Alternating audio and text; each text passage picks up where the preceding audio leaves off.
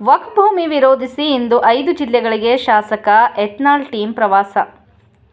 ಅನ್ನದಾತ ರೈತರ ತೀವ್ರದ ದಾಸೋಹ ಮಠಗಳು ದೇವಸ್ಥಾನಗಳ ಜಮೀನನ್ನು ವಕ್ಫ್ ಭೂಮಿ ಎಂದು ಹೇಳಿ ರೈತರನ್ನ ಒಕ್ಕಲೆಬ್ಬಿಸಿರೋ ರಾಜ್ಯ ಸರ್ಕಾರ ಮತ್ತು ವಕ್ಫ್ ಮಂಡಳಿ ವಿರುದ್ಧ ಹೋರಾಟ ಮಾಡಲು ನಿರ್ಧರಿಸಲಾಗಿದೆ.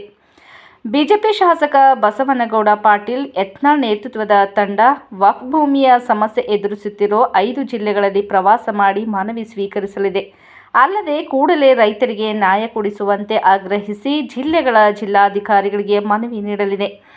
ವಕ್ಫ್ ಭೂಮಿ ವಿರುದ್ಧ ಬೀದರ್ ಜಿಲ್ಲೆಯಲ್ಲಿ ಸೋಮವಾರ 25/11/2024 ಅಧಿಕೃತವಾಗಿ ಚಾಲನೆ ದೊರೆಯಲಿದ್ದು, ಶಾಸಕರು ಕೇಂದ್ರ ಸರ್ಕಾರದ ಮಾಜಿ ಸಚಿವರಾದ ಬಸವನಗೌಡ ಪಾಟೀಲ್ ಯತ್ನಾಳ್, ಶಾಸಕರು ಮಾಜಿ ಸಚಿವರಾದ ರಮೇಶ್ ಜಾರಕಿಹೊಳಿ, ಮಾಜಿ ಸಚಿವರಾದ ಅರವಿಂದ್ ಲಿಂಬಾವಳಿ, ಕುಮಾರ್ ಬಂಗಾರಪ್ಪ, ಮಾಜಿ ಕೇಂದ್ರ ಸಚಿವರಾದ ಜಿಎಂ ಸಿದ್ದೇಶ್ವರ್, ಮಾಜಿ ಸಂಸದ ಪ್ರತಾಪ್ ಸಿಂಹ, ಶಾಸಕರಾದ ಬಿಪಿ ಹರೀಶ್, ಶಾಸಕರಾದ ಹೊಳಲ್ಕೆರೆ ಚಂದ್ರಪ್ಪ, ಮಾಜಿ ಸಂಸದ ಬಿವಿ ನಾಯಕ್, ಜೆಡಿಎಸ್ ನಾಯಕ ಮಾಜಿ ಸಚಿವ ಬಂಡೆಪ್ಪ ಕಾಶೆಂಪೂರ್, ಮುಖಂಡರಾದ ಎನ್ಆರ್ ಸಂತೋಷ್, ಭರತ್, ರವಿ ಬಿರಾದಾರ್ ಸೇರಿದಂತೆ ಸ್ಥಳೀಯ ನಾಯಕರು ನಿಯೋಗದಲ್ಲಿ ಇರಲಿದ್ದಾರೆ. ವಕ್ಫ್ ಭೂಮಿ ವಿರುದ್ಧ ಬೀದರ್ನಲ್ಲಿ ಇಂದು ಚಾಲನೆ. ವಕ್ಫ್ ಭೂಮಿ ಹೆಸರೇಳಿ ರೈತರು ದೇವಸ್ಥಾನ, ಮಠ, ಮಾನ್ಯಗಳ ಜಮೀನು ಕಬಳಿಸುತ್ತಿದ್ದು, ಇದರ ವಿರುದ್ಧ ಬೀದರ್ನಲ್ಲಿ ಅಧಿಕೃತ ಚಾಲನೆ ದೊರೆಯಲಿದೆ. ಶಾಸಕ ಬಸವನಗೌಡ ಪಾಟೀಲ್ ಯತ್ನಾಳ್ ನೇತೃತ್ವದಲ್ಲಿ ವಕ್ಫ್ ಭೂಮಿಯಿಂದ ಅನ್ಯಾಯಕ್ಕೊಳಗಾಗಿರೋ ಧರ್ಮಪುರ ಗ್ರಾಮಕ್ಕೆ ಬೆಳಗ್ಗೆ 9:30ಕ್ಕೆ ಭೇಟಿ ನೀಡಿ ಸ್ಥಳೀಯ ಗ್ರಾಮಸ್ಥರ ಜೊತೆ ಚರ್ಚೆ ನಡೆಸಲಿದೆ. ಧರ್ಮಪುರ ಒಂದೇ ಗ್ರಾಮದಲ್ಲಿ 250 ಮನೆಗಳು ವಕ್ಫ್ ಅಂತ ಘೋಷಿಸಿದ್ದು, ದೇವಸ್ಥಾನ ಕೂಡ ಸೇರಿಕೊಂಡಿದೆ.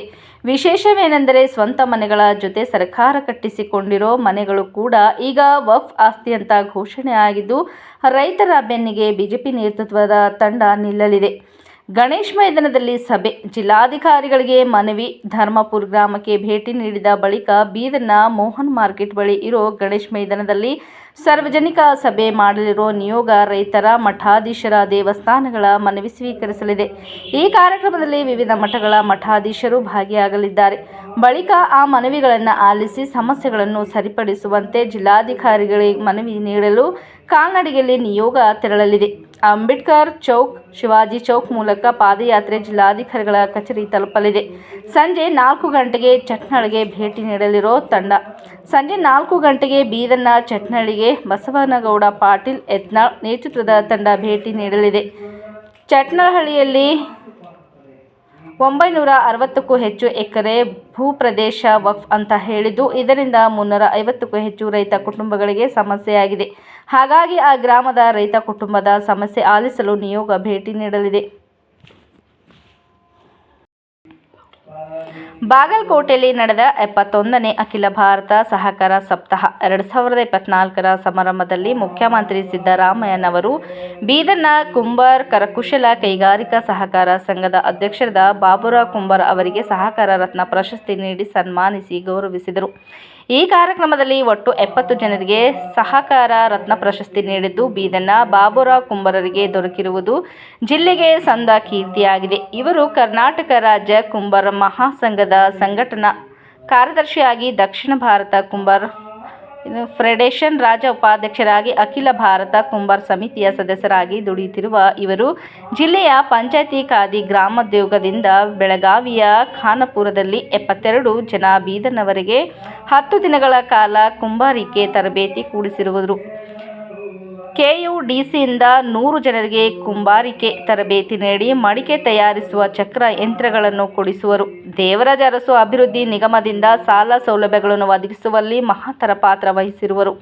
ಪ್ರಧಾನಮಂತ್ರಿ ವಿಶ್ವಕರ್ಮ ಯೋಜನೆಯಡಿಯಲ್ಲಿ ಕುಂಬಾರಿಕೆ ಕುರಿತು ಮಡಿಕೆ, ಕುಡಿಕೆಗಳನ್ನು ತಯಾರಿಸುವ 7 ದಿನ ಕಾಲದ ತರಬೇತಿ ತಲಾ ತಂಡದಲ್ಲಿ 45 ರಂತೆ 525 ಜನರಿಗೆ ನೀಡಿರುವರು. ಬೀದರ್ನ ನೌಬಾದ್ನಲ್ಲಿ ಕುಂಬಾರಿಕೆಯ ಕರಕುಶಲ ತರಬೇತಿ ನೀಡುತ್ತಾ ಕರಕುಶಲ ರಂಗದಲ್ಲಿ ನಿರಂತರವಾಗಿ ದುಡಿಯುತ್ತಿದ್ದಾರೆ. ಅವರ ಈ ಕಾರ್ಯಕ್ಕೆ ರಾಜ್ಯ ಸರ್ಕಾರ ಗುರುತಿಸಿ ಬಾಗಲಕೋಟದಲ್ಲಿ ಸಹಕಾರ ರತ್ನ ಪ್ರಶಸ್ತಿ ನೀಡಿ ಪುರಸ್ಕೃತರಿರುವುದು ಹೆಮ್ಮೆಯ ಸಂಗತಿಯಾಗಿದೆ. ಅವರಿಗೆ ಕುಂಬಾರ ಸಮಾಜದ ಗಣ್ಯರು, ಸಹಕಾರ ಕ್ಷೇತ್ರದ ನಾಯಕರುಗಳು ಶುಭ ಹಾರೈಸಿದರು.